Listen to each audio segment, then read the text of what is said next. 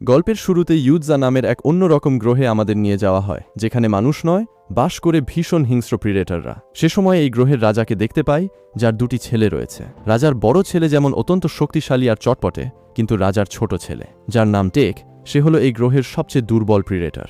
সেজন্য রাজা তার ছোট ছেলেকে ভীষণ ঘৃণা করে এবং তাকে নিজের সন্তান হিসেবে স্বীকার করতেই অস্বীকার করে। আসলে এই গ্রহের একটা নিষ্ঠুর নিয়ম রয়েছে যে তোমার চেয়ে দুর্বল তাকে মেরে ফেলো।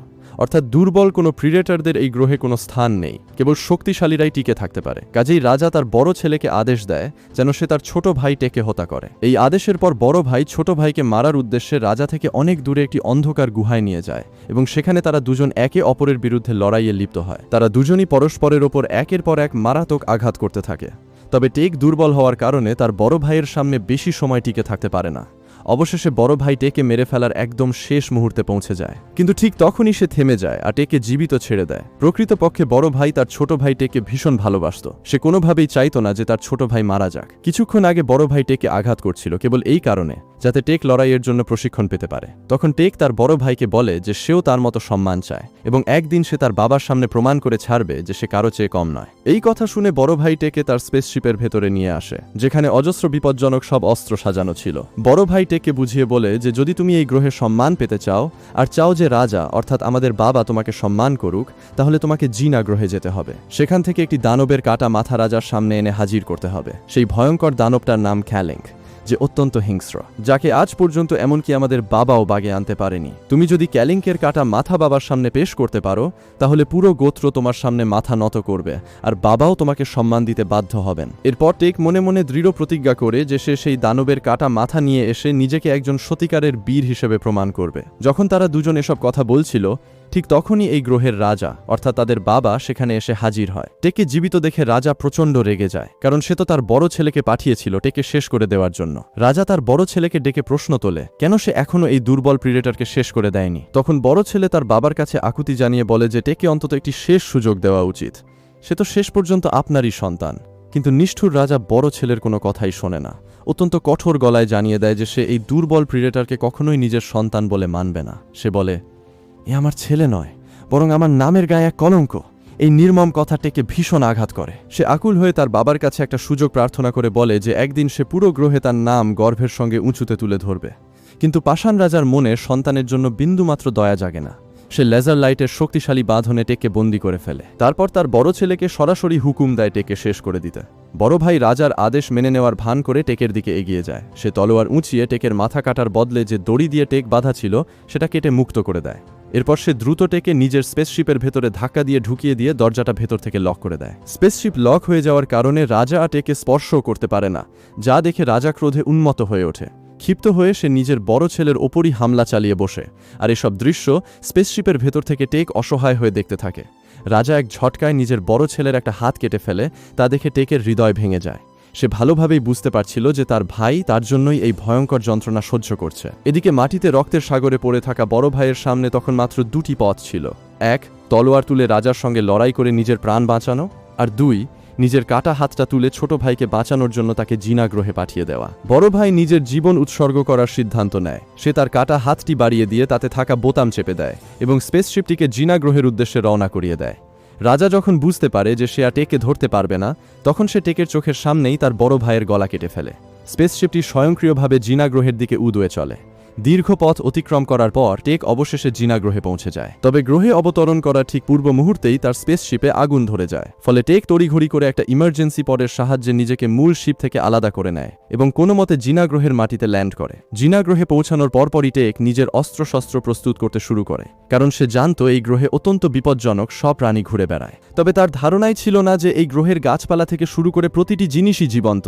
ঠিক তখনই আমরা দেখতে পাই টেকের অজান্তে পিছন থেকে গাছের শিকড় এসে তার সব অস্ত্র তুলে নিয়ে গায়েব করে দেয়। অস্ত্র চুরি করার পর গাছের সেই শিকারগুলো টেকের ওপরই আক্রমণ করে বসে। ভাগ্য ভালো ছিল যে টেকের কাছে তখনও তার ধারালো তলোয়ারটি ছিল। সে সেই তলোয়ার দিয়ে শিকড়গুলো কাটতে শুরু করে, কিন্তু শিকড়ের সংখ্যা এতই বেশি ছিল যে একা টেকের পক্ষে সেগুলো সামলানো অসম্ভব হয়ে পড়ে। তাই সে নিজেকে রক্ষা করতে সেখান থেকে দৌড়াতে শুরু করে এবং এক পর্যায়ে দৌড়ে শিকড়ের নাগালের বাইরে চলে আসে। লড়াইয়ের মাঝে টেকের গায়ে অনেক আঘাত লেগেছিল, তাই সে নদীর ধারে বসে গাছের পাতা দিয়ে নিজের ক্ষতগুলো সারিয়ে তুলতে থাকে। হঠাৎ টেকের চোখ পড়ে এমন কিছু পোকামাকড়ের ওপর যা হাতে নেওয়ার সঙ্গে সঙ্গেই বিস্ফোরিত হয়। এসব দেখে টেক পরিষ্কার বুঝতে পারে যে এটি কোনো সাধারণ গ্রহ নয়, এখানে থাকা ক্ষুদ্রতম প্রাণী ও প্রাণঘাতী হতে পারে। এরপর টেক ক্যালিংকের সন্ধানে সামনের দিকে এগোতে থাকে। হাঁটতে হাঁটতে সে কিছু কাঁটাযুক্ত উদ্ভিদ দেখতে পায়, যা সামান্য নাড়াচাড়াতেই ফুলে উঠছিল। টেক অত্যন্ত সাবধানে পা ফেলে নিজেকে বাঁচিয়ে এগোতে থাকে। ঠিক তখনই সে একটি মেয়ের আর্তনাদ শুনতে পায়। সামনে তাকাতেই সে দেখতে পায় ঝোপঝাড়ের মধ্যে একটা মেয়ে আটকে আছে এবং সে টেকের কাছে সাহায্যের জন্য ব্যাকুল হয়ে আকুতি জানাচ্ছে। কিন্তু টেক সেদিকে খুব একটা পাত্তা না দিয়ে নিজের পথে এগিয়ে যেতে চায়। অমনি আকাশ থেকে একটা বিশাল ড্রাগন উড়ে আসে এবং সেই কাঁটাযুক্ত উদ্ভিদের ওপর ভারী পাথর ছুঁড়ে মারে। এর ফলে উদ্ভিদটি ফুলে গিয়ে সশব্দে ফেটে যায় আর তার বিষাক্ত কাঁটাগুলো চারদিকে ছড়িয়ে পড়ে। কিন্তু টেক নিচু হয়ে কোনো মতে নিজেকে রক্ষা করে। তখন সেই মেয়েটি টেকে সতর্ক করে দেয় যে এগুলো কোনো সাধারণ কাঁটা নয়, অত্যন্ত বিষাক্ত। যদি একবার শরীরে ফোটে তবে সঙ্গে সঙ্গে সচেতনতা হারিয়ে যাবে। আসলে ওটা ছিল ড্রাগনটার একটা সুচতুর ফাঁদ। সে ইচ্ছে করেই উদ্ভিদের ওপর পাথর মারছিল, যাতে বিষাক্ত কাঁটা ফুটলে টেক অজ্ঞান হয়ে পড়ে আর সে অনায়াসে তাকে গিলে খেতে পারে। কিন্তু টেক এ বিষয়ে কিছুই জানত না। ড্রাগনটি আবারও উপর থেকে এসে উদ্ভিদে পাথর মারে। অনেকগুলো কাঁটা ফেটে ছড়িয়ে পড়ে এবং একটি বিষাক্ত কাঁটা সোজা এসে টেকের গলায় বিঁধে যায়। গলায় কাঁটা ফোটার সঙ্গে সঙ্গে টেকের চোখের দৃষ্টি আবছা হয়ে আসতে থাকে। ঢলে পড়া ঠিক মুহূর্তে মেয়েটি চিৎকার করে টেককে বলতে থাকে যে সে তাকে বাঁচাতে পারবে, কিন্তু তার আগে টেকের ধারালো অস্ত্রটি তার দিকে ছুঁড়ে দিতে হবে যাতে সে নিজেকে মুক্ত করতে পারে। টেক চেতনা হারানোর ঠিক আগের মুহূর্তে নিজের ধারালো অস্ত্রটি মেয়েটির দিকে ছুঁড়ে দিয়ে জ্ঞান হারিয়ে ফেলে। টেক অজ্ঞান হয়ে যেতেই বিশাল ড্রাগনটি তাকে শিকার করার জন্য নিচে নেমে আসে। কিন্তু ড্রাগনটি আঘাত করার আগেই মেয়েটি সেখানে উপস্থিত হয়ে ড্রাগনটিকে মেরে ফেলে। বেশ কিছুক্ষণ পর টেকের চেতনা ফিরে আসে। সে যখন মেয়েটির দিকে তাকায় সে একদম শকড হয়ে যায়, কারণ মেয়েটির শরীরের অর্ধেক অংশ ভেঙে ঝুলছিল। মেয়েটি তাকে নিজের পরিচয় দিয়ে জানায় যে তার নাম থিয়া এবং সে কোনো মানুষ নয়, বরং ভ্যালেন্ট ইউথানি কর্পোরেশন কোম্পানির তৈরি করা একটা রোবট। তার শরীর মেটালের তৈরি হওয়ার কারণেই ড্রাগনটি তাকে খেতে পারেনি। থিয়া আরও জানায় যে কোম্পানি তাকে আর তার বোনকে এই গ্রহে গবেষণা করার জন্য পাঠিয়েছিল। কিন্তু একদিন ক্যালিংকের সঙ্গে তাদের মুখোমুখি সংঘর্ষ হয় এবং তার সঙ্গে লড়াই করতেই থিয়ার শরীরের এই হাল হয়েছে আর তার বোনও গুরুতরভাবে ক্ষতিগ্রস্ত হয়েছিল। থিয়া তখন টেকের কাছে জানতে চায় সে এই নির্জন গ্রহে কি করতে এসেছে। টেক উত্তর দেয় যে ক্যালিং তোমার এই অবস্থা করেছে, আমি সেই দানবের কাটা মাথা নিতেই এখানে এসেছি। থিয়া তখন বলে যে ক্যালিং অত্যন্ত ভয়ঙ্কর, তাকে মারা এত সহজ নয়, তবে তুমি যদি সত্যিই তার কাছে যেতে চাও আমি তোমাকে নিয়ে যেতে পারি, কিন্তু তার বদলে তোমাকে আগে আমাকে আমার ক্যাম্পে নিয়ে যেতে হবে, যেখানে আমার শরীরের বাকি অংশ রয়েছে যা আমি যুক্ত করতে চাই। টেক প্রথমে থিয়াকে সঙ্গে নিতে চায়নি, কিন্তু এই অজানা গ্রহে সে সম্পূর্ণ অপরিচিত ছিল। তাই সে বাধ্য হয়ে থিয়াকে এক হাতে তুলে নিয়ে পথ চলতে শুরু করে আর থিয়া তাকে পথ দেখাতে থাকে। অনেকক্ষণ হেঁটে যাওয়ার পর টেক তাকে চক্রান্ত করে নিয়ে যেতে যেতে ক্লান্ত হয়ে পড়ে। তাই সে কাঠের সাহায্যে থিয়াকে নিজের পিঠের সঙ্গে শক্ত করে বেঁধে নেয়। অন্যদিকে আমাদের টেসাকে দেখানো হয়, যে হলো থিয়ার বোন। সে মারাত্মকভাবে ক্ষতিগ্রস্ত অবস্থায় নিজের বেশে বসে নিজেকে মেরামতের চেষ্টা করছিল। ঠিক সে সময় কোম্পানি খবর পায় যে টেসা তার মিশনে ব্যর্থ হয়েছে। তাই কোম্পানি তাকে শেষ সতর্কতা দিয়ে পরিষ্কার জানিয়ে দেয় যে এবারও যদি সে ব্যর্থ হয় তবে তাকে চিরতরে নিষ্ক্রিয় করে দেওয়া হবে। টেসা তখন সিস্টেমের কাছে তার বোন থিয়ার খোঁজ জানতে চায়। এআই সিস্টেম তাকে জানায় যে থিয়া বর্তমানে একটি প্রিডেটর প্রজাতিদের সঙ্গে রয়েছে এবং সে তাকে কোথাও নিয়ে যাচ্ছে। এই খবর শুনে টেসা ভুল বোঝে। সে ভাবে যে প্রিডেটরটি বুঝি তার বোনকে মেরে ফেলার জন্য ধরে নিয়ে যাচ্ছে, অথচ আসল সত্য ছিল যে থিয়া সম্পূর্ণ নিজের ইচ্ছাতেই টেকের সঙ্গে ছিল। এদিকে থিয়া আর টেক চলতে চলতে রাত হয়ে যাওয়ায় জঙ্গলের এক জায়গায় আশ্রয় নেয়। সেখানে থিয়া টেককে জানায় যে কোম্পানি তার ও তার বোনের ভেতরে মানুষের মতো অনুভূতি বা ইমোশন দিয়েছে, যাতে তারা সবকিছু ভালোভাবে বুঝতে পারে। এতে টেক বুঝতে পারে যে থিয়াও মানুষের মতো কষ্ট বা আবেগ অনুভব করতে জানে। পরদিন সকালে তারা দুজন আবার যাত্রা শুরু করে এবং হাঁটতে হাঁটতে একটি ধারালো ঘাসের মাঠে এসে পড়ে। থিয়া সতর্ক করে দেয় যে এগুলো কোনো সাধারণ ঘাস নয়, এর ধার ছুরির চেয়েও বেশি, এর মধ্য দিয়ে গেলে শরীর টুকরো টুকরো হয়ে যাবে। তখনই তারা দেখতে পায় হাতির মতো বিশাল এক প্রাণী পরম শান্তিতে সেই ধারালো ঘাস খেয়ে চলেছে। দৃশ্যটি দেখে তারা দুজন একদম চুপচাপ দাঁড়িয়ে থাকে, কারণ তারা জানে ওই প্রাণীটি টের পেলে তাদের মৃত্যু নিশ্চিত। কিন্তু ঠিক তখনই একটা নিষ্পাপ দেখতে বাঁদর তাদের সামনে এসে উপস্থিত হয়। থিয়া বলে যে সে 2 বছর ধরে এই গ্রহে আছে, কিন্তু এমন প্রাণী আগে কখনো দেখেনি। বাঁদরটার মায়াবী রূপ দেখে থিয়া বেশ আনন্দ পায়, কিন্তু মুহূর্তের মধ্যেই বাঁদরটা বিকট শব্দে চিৎকার করে ওঠে। সেই শব্দে ঘাসের মাঠে থাকা বিশাল প্রাণীটির নজর তাদের দিকে পড়ে এবং সেটি তাদের দিকে ধেয়ে আসতে শুরু করে। জীবন বাঁচাতে তারা দুজন দৌড়াতে থাকে, কিন্তু প্রাণীটি পিছু ছাড়ছিল না। তখন টেক তার ধারালো তলোয়ারটি প্রাণীটির দিকে তীব্র গতিতে ছুঁড়ে মারে, যা প্রাণীটিকে মাঝখান থেকে দ্বিখণ্ডিত করে ফেলে। তবে সেই বিপদ কাটতে না কাটতেই একটি মাকড়সার মতো দেখতে বিশাল প্রাণী তাদের দুজনকে এক নিমেষে চেপে ধরে। প্রাণীটি যখনই তাদের মুখে পুড়ে খেতে যাবে অমনি সেই নিষ্পাপ দেখতে বাঁদরটি লাফিয়ে প্রাণীটির মুখের ভেতরে ঢুকে পড়ে। প্রাণীটি তার ধারালো দাঁত দিয়ে চিবোতে গেলে বাঁদরটির চামড়া এতটাই শক্ত ছিল যে মাকড়সাটির সবকটি দাঁত ভেঙে গুঁড়ো হয়ে যায়। দাঁত ভেঙে যাওয়ায় ক্ষিপ্ত হয়ে প্রাণীটি টেক আর থিয়াকে ছেড়ে দিয়ে বাঁদরটার পিছু নেয়।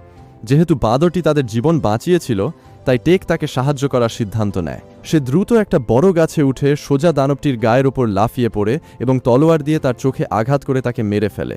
এভাবেই সে বাঁদরটির প্রাণ রক্ষা করে। অন্যদিকে টেসাকে দেখা যায় সে তার রোবট বাহিনী নিয়ে টেকের খোঁজ করছে, কারণ তার বোন টেকের কাছে ছিল। পথে টেসা টেকের সেই ইমার্জেন্সি পটি দেখতে পায়। পটি দেখেই টেসা বুঝে যায় যে প্রিডেটরটির স্পেসশিপও আশেপাশেই কোথাও আছে। তবে তারা এগোবার আগেই গাছের শিকড়গুলো তাদের ওপরও আক্রমণ করে, কিন্তু টেসার কাছে অত্যন্ত আধুনিক অস্ত্র থাকায় তারা এক মুহূর্তেই শিকড়গুলোকে জ্বালিয়ে ছাই করে দেয়। এখানে পরিষ্কার বোঝা যায় যে টেসা তার বোন থিয়ার চেয়ে অনেক বেশি নির্দয় ও আক্রমণাত্মক। এরপর টেসা টেকের ধ্বংসপ্রাপ্ত স্পেসশিপটি খুঁজে পায় এবং ভেতরে ঢুকে টেকের অনেকগুলো মারাত্মক অস্ত্র দেখতে পায়। সেখানে সে এমন একটা বোমা খুঁজে পায় যা বিস্ফোরণ ঘটলেই সবকিছু বরফের মতো জমিয়ে ফেলে। রাত নামলে টেক আর থিয়াকে জঙ্গলে বসে খাবার খেতে দেখা যায়, যেখানে সেই বাঁদরটিও ছিল। টেক খাবার খাওয়ার সময় তার কিছু অংশ বাঁদরটিকেও দেয়, কিন্তু বাঁদরটি খাবার নেওয়ার পর কৃতজ্ঞতা জানানো দূরে থাক, উল্টো টেকের গায়ে থুতু ছিটিয়ে দেয়। এতে টেক প্রচণ্ড ক্ষিপ্ত হয়ে উঠলে থিয়া তাকে বুঝিয়ে বলে যে হয়তো এটাই ওর বন্ধু হওয়ার ধরন। টেক গম্ভীর হয়ে বলে, আমি কাউকে বন্ধু বানাতে চাই না। আমার একমাত্র বন্ধু ছিল আমার ভাই, যাকে আমাদের বাবা নির্মমভাবে হত্যা করেছে। তবে একদিন আমি সেই হত্যার প্রতিশোধ অবশ্যই নেব। টেক যখন কথা বলছিল, বাঁদরটি তাকে অনুকরণ করতে শুরু করে। তা দেখে থিয়া হেসে ফেলে এবং বাঁদরটির নাম দেয় বার্ড। পরদিন সকালে তারা আবার পথ চলতে শুরু করে, তবে বাঁদরটিকে তারা সেখানেই ছেড়ে যায়। বেশ কিছুক্ষণ হাঁটার পর অবশেষে তারা সেই স্থানে পৌঁছায় যেখানে থিয়ার নিম্নাংশ পড়েছিল। সেখানে পৌঁছে টেক দেখতে পায় চারপাশে রোবটদের বিচ্ছিন্ন দেহ ছড়িয়ে ছিটিয়ে আছে। থিয়া জানায় যে এখানেই ক্যালিং তাদের ওপর আক্রমণ করেছিল। থিয়া তার পায়ের অংশ দেখতে পেয়ে ল্যাবে ঢুকে সেগুলো সক্রিয় করে নিজের শরীরের সঙ্গে যুক্ত করতে শুরু করে। কাজ শেষ হওয়ার পর থিয়া টেকের কাছে ক্ষমা চেয়ে বলে যে সে কেবল তার কাটা পা পর্যন্ত পৌঁছানোর জন্য টেককে ব্যবহার করেছিল। সে টেককে দ্রুত সেখান থেকে চলে যেতে বলে, কারণ শিগগিরই তার বোন টেসা সেখানে চলে আসবে আর টেককে পেলে সে তাকে পরীক্ষার জন্য বন্দী করবে, যেমনটা সে ক্যালিংকে বন্দী করতে চায়। এই প্রতারণার কথা শুনে টেক প্রচণ্ড রেগে গিয়ে বলে, তুমি আমাকে ধোঁকা দিয়েছ, কিন্তু আমি যে কোনো মূল্যে ক্যালিংকে মেরেই শান্ত হব। থিয়া বোঝানোর চেষ্টা করে যে ক্যালিংকে মারা অসম্ভব, কারণ তার কাছে এমন কিছু ক্ষমতা আছে যা তাকে অমর করে রেখেছে। কিন্তু টেক কারো কথা না শুনে বাইরে এসে গ্যাসোলিনের ট্যাঙ্কে বিস্ফোরণ ঘটায়। বিকট শব্দে চারিদিকে কেঁপে ওঠে এবং বিস্ফোরণের শব্দ শুনে হিংস্র ক্যালিং সেখানে এসে হাজির হয়ে টেকের দিকে বিকট গর্জন ছাড়ে। আমরা দেখতে পাই ক্যালিং আকারে বিশাল এবং অত্যন্ত ভয়ঙ্কর। তবুও টেক পিছু না হটে লড়াইয়ের সিদ্ধান্ত নেয়। সে নিজেকে বাঁচিয়ে ক্যালিংকে নিচে দিয়ে গিয়ে তলোয়ার দিয়ে তার ল্যাজ কেটে ফেলে। কিন্তু এরপর যা ঘটে তা দেখে টেক সম্পূর্ণ শকড হয়ে যায়, কারণ ক্যালিংকের কাটা ল্যাজ নিমেষের মধ্যে পুনর্গঠিত হয়ে যায় এবং ক্যালিং আবারও টেকের ওপর ঝাঁপিয়ে পড়ে। ল্যাবের ভেতরে থাকা থিয়া লড়াইয়ের ঝাঁকুনিতে আবারও তার পা হারিয়ে ফেলে এবং রাগে ক্যালিংকের ওপর গুলি চালাতে শুরু করে। এই সুযোগে টেক ক্যালিংকের ল্যাজ একটি চেম্বারে আটকে দেয় এবং শূন্যে লাফিয়ে উঠে এক কোপে ক্যালিংকের মাথা ধর থেকে আলাদা করে ফেলে। মাথা কাটার পর টেক স্বস্তির নিঃশ্বাস ফেলে ভেবেছিল যে ক্যালিংক মারা গেছে, কিন্তু পরক্ষণেই সেই কাটা মাথা আবার ধরের সঙ্গে জোড়া লেগে যায়। এই অবিশ্বাস্য দৃশ্য দেখে টেক চরমভাবে শকড হয়ে পড়ে, কারণ ক্যালিংকে কিভাবে মারা সম্ভব তা তার মাথায় আসছিল না।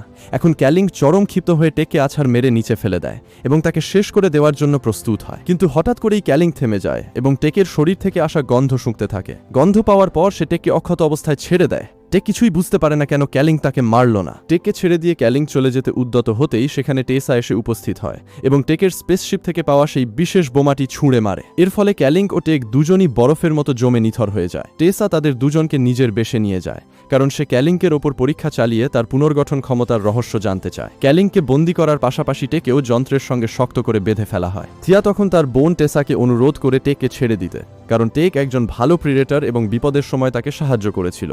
কিন্তু টেসা সাফ জানিয়ে দেয় যে সে টেককে ছাড়বে না, কারণ টেকের স্পেসশিপে থাকা উন্নত প্রযুক্তির অস্ত্রের কথা সে জানতে চায়। থিয়া বারবার টেকের জন্য সুপারিশ করায় টেসা রেগে গিয়ে বলে যে তার প্রয়োজনীয় সব তথ্য সংগ্রহ করা হয়ে গেছে, তাই থিয়ার আর কোনো প্রয়োজন নেই। সে অন্য একটি রোবটকে আদেশ দেয় থিয়াকে চিরতরে শাটডাউন করে দিতে এবং টেককে ততক্ষণ নির্যাতন করতে যতক্ষণ না সে অস্ত্রের গোপন কথা প্রকাশ করে। টেসা চলে যাওয়ার পর রোবটটি টেকের ওপর অত্যাচার শুরু করে এবং টেকের আনা একটা শক্তিশালী বোমা হাতে তুলে নেয়, যার রিমোট থিয়ার কাছে ছিল। টেক সঙ্গে সঙ্গে থিয়াকে রিমোটের বোতাম চাপতে বলে। থিয়া বোতাম চাপতেই রোবটটি বোমা সহ উড়ে যায়। বিস্ফোরণের শব্দে অন্যান্য রোবটেরা সেদিকে ছুটে আসে, কিন্তু তারা পৌঁছানোর আগেই থিয়া টেককে মুক্ত করে দেয়। টেক স্পেসশিপের দরজা খুলে লাফ দিয়ে নিচের নদীতে পড়ে আত্মরক্ষা করে এবং দীর্ঘ পথ হেঁটে নিজের স্পেসশিপে পৌঁছে ক্ষত সারিয়ে তোলে। টেকের মনে থিয়ার জন্য চিন্তা হতে থাকে, কারণ থিয়া তার জীবন বাঁচিয়ে এখন নিজে বিপদে পড়েছে।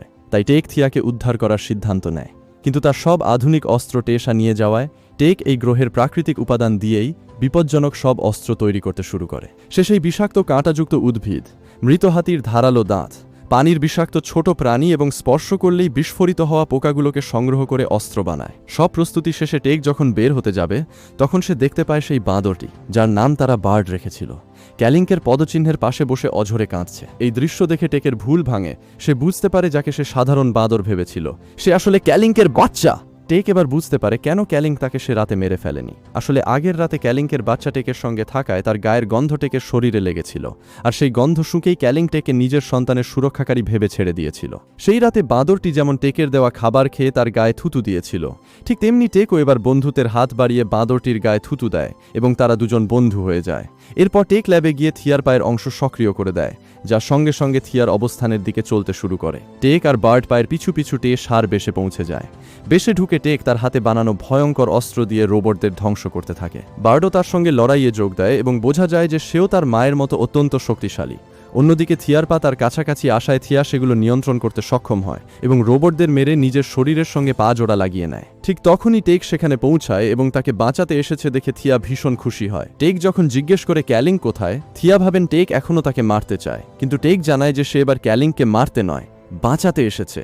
টেক থিয়াকে সব সত্য খুলে বলে যে এই ছোট বাঁদরটি ক্যালিংকের বাচ্চা এবং ক্যালিংক মোটেও কোনো হিংস্র জীব নয়, সে অত্যন্ত শান্ত স্বভাবের। তবে কেউ তাকে আঘাত করলে সে রুখে দাঁড়ায়। তারা দুজনে সিদ্ধান্ত নেয় যে বাচ্চার জন্য ক্যালিংকে মুক্ত করতেই হবে। তাদের এই চক্রান্তের মাঝেই বেশে ইমার্জেন্সি সাইরেন বেজে ওঠে। টেসা বুঝে যায় টেক আবার ফিরে এসেছে। সে রোবটদের পাঠায় টেককে শেষ করতে। টেক তাদের ফাঁদে ফেলে নিজের বিষাক্ত ও বিস্ফোরক উপাদান দিয়ে বানানো অস্ত্র দিয়ে সব রোবটকে এক মুহূর্তে ধ্বংস করে দেয়। তবে ঠিক তখনই টেসা একটি বিশাল রোবোটিক শুট পরে হাজির হয় এবং টেকের ওপর মারাত্মক আক্রমণ চালায়। টেক দূরে ছিটকে পড়ে এবং তার ওপর আক্রমণ করেও সেই শক্ত রোবোটিক শুটের কোনো ক্ষতি করতে পারে না। সুযোগ বুঝে থিয়া ক্যালিংকে মুক্ত করতে গেলে একটা রোবট সামনে চলে আসে। থিয়া চট করে নিজের রূপ বদলে টেসার ছদ্মবেশ ধারণ করে রোবটটিকে চলে যেতে বলে। রোবটটি বিশ্বাস করতে যাচ্ছিল, কিন্তু পেছনে বার্ডকে দেখতে পেয়ে তার সন্দেহ হয়। কিন্তু সে কিছু বুঝে ওঠার আগেই থিয়া তাকে ধ্বংস করে ক্যালিংকে মুক্ত করে দেয়। অন্যদিকে টেসা যখন টেককে প্রায় মেরে ফেলতে যাচ্ছিল, ঠিক তখনই মুক্ত হয়ে ক্যালিং সেখানে উপস্থিত হয় এবং সোজা টেসার রোবোটিক শুটের ওপর চড়াও হয়। ক্যালিংকের অসীম শক্তির সামনে টেসার ধাতব শুট ভেঙে চুরমার হয়ে যায় এবং এক পর্যায়ে ক্যালিং টেসাক সরাসরি গিলে ফেলে। যুদ্ধ শেষে ক্যালিং তার সন্তানের সঙ্গে মিলিত হয় এবং দুজনে আনন্দে মেতে ওঠে। টেক আর থিয়া দূরে দাঁড়িয়ে তা দেখতে থাকে। ক্যালিং তাদের কোনো ক্ষতি না করে মনে মনে টেকের প্রতি কৃতজ্ঞতা প্রকাশ করে। কিন্তু হঠাৎই ক্যালিংকের শরীরের ভেতর অস্বস্তি শুরু হয় এবং মুখ দিয়ে ধোঁয়া বের হতে থাকে। প্রকৃতপক্ষে টেসা ক্যালিংকের পেটের ভেতরেও জীবিত ছিল এবং সে পেটের ভেতরেই বোমা বিস্ফোরণ ঘটিয়ে ক্যালিংকে উড়িয়ে দেয়। বিস্ফোরণের পর ক্যালিংকের ছিন্ন ভিন্ন দেহ থেকে বের হয়ে টেসা সোজা থিয়ার দিকে অস্ত্র তাক করে, কিন্তু টেসা গুলি চালানোর আগেই পিছন থেকে টেক এসে এক তীব্র আঘাতে টেসাকে খতম করে দেয়। মায়ের হত্যার প্রতিশোধ নিতে বার্ড এগিয়ে এসে টেসার মাথা ধর থেকে আলাদা করে ফেলে। সবকিছু শান্ত হওয়ার পর থিয়া বলে যে অবশেষে টেকের মিশন শেষ হলো, কিন্তু টেক গম্ভীরভাবে জানায় এখনও নয়, তাকে এখন তার ভাইয়ের হত্যার প্রতিশোধ নিতে হবে। টেক তার স্পেসশিপ নিয়ে সোজা নিজের হোম প্ল্যানেটে ফিরে আসে। সে তার বাবা অর্থাৎ রাজার সামনে টেসার কাটা মাথা এনে হাজির করে প্রমাণ করে যে সে কোনো দুর্বল প্রিডেটর নয়, কিন্তু রাজা ভেবে নেয় টেক কোনো সাধারণ প্রাণীর মাথা দেখিয়ে তাকে ধোঁকা দেওয়ার চেষ্টা করছে। তাই সে ক্ষিপ্ত হয়ে তার 2 সেনাপতিকে টেকে হত্যার নির্দেশ দেয়। কিন্তু সেই 2 সেনাপতি এগোতেই টেক এক নিমেষে তাদের দুজনকে শেষ করে দেয়। কারণ টেক আর আগের সেই দুর্বল প্রিডেটর নেই, সে এখন চরম প্রশিক্ষণপ্রাপ্ত একজন বীর যোদ্ধা। নিজের বাহিনীদের ধ্বংস হতে দেখে রাজা নিজেই টেকের সঙ্গে লড়াইয়ে নেমে পড়ে। তাদের মধ্যে রক্তক্ষয়ী সংগ্রাম শুরু হয়, কিন্তু টেক রাজাকে রক্তাক্ত ও মারাত্মকভাবে আহত করে ফেলে। রাজা যখন বুঝতে পারে সে টেকের সঙ্গে পারবে না, তখন সে ভয়ের চোটে অদৃশ্য হওয়ার ক্ষমতা ব্যবহার করে ছদ্মবেশে আক্রমণ করতে শুরু করে। রাজা অদৃশ্য হয়ে যাওয়ায় টেকের পক্ষে তাকে আঘাত করা কঠিন হয়ে পড়ে, কিন্তু টেক বুদ্ধি খাটিয়ে তার স্পেসশিপের সাহায্যে বাতাসের তোড়ে চারপাশের ধূলিবালি উড়িয়ে দেয়। বাতাসে ধূলিকণা ভাসতেই রাজার অদৃশ্য অবয়ব টেকের চোখে স্পষ্ট হয়ে ওঠে। যেভাবে রাজা টেকের বড় ভাইয়ের হাত কেটেছিল, ঠিক একইভাবে টেক এক কোপে রাজার হাত কেটে ফেলে তাকে সম্পূর্ণ অসহায় করে দেয়। এরপর টেক রাজাকে সেই লেজার লাইট দিয়ে শক্ত করে বেঁধে ফেলে, যেভাবে তাকে একসময় বাধা হয়েছিল। মৃত্যুর মুখোমুখি দাঁড়িয়ে পাষাণ রাজা মিষ্টি কথায় টেকে ভোলানোর চেষ্টা করে এবং কেঁদে কেঁদে ক্ষমা চেয়ে বলে যে টেকই তার যোগ্য সন্তান, সে তাকে আবার গোত্রে ফিরিয়ে নিতে প্রস্তুত। কিন্তু টেক ঘৃণা ভরে তা প্রত্যাখ্যান করে বলে, আমার এখন আর তোমার গোত্রের প্রয়োজন নেই, আমার নিজস্ব একটা গোত্র তৈরি হয়ে গেছে। এই কথা বলার সঙ্গে সঙ্গেই পিছন থেকে বিশালাকার বার্ড এসে এক কামড়ে রাজার মাথা গিলে ফেলে। বার্ড এখন অনেক বড় ও শক্তিশালী দানবে পরিণত হয়েছে, আর সেখানে থিয়াও এসে উপস্থিত হয়। লড়াই শেষে টেক তার বাবার কাছ থেকে অদৃশ্য হওয়ার বিশেষ প্রযুক্তিটি নিজের কাছে রেখে দেয়, অর্থাৎ এখন টেক নিজেও অদৃশ্য হওয়ার ক্ষমতা অর্জন করেছে। আর এভাবেই একটি রোমাঞ্চকর গল্পের সমাপ্তি ঘটে।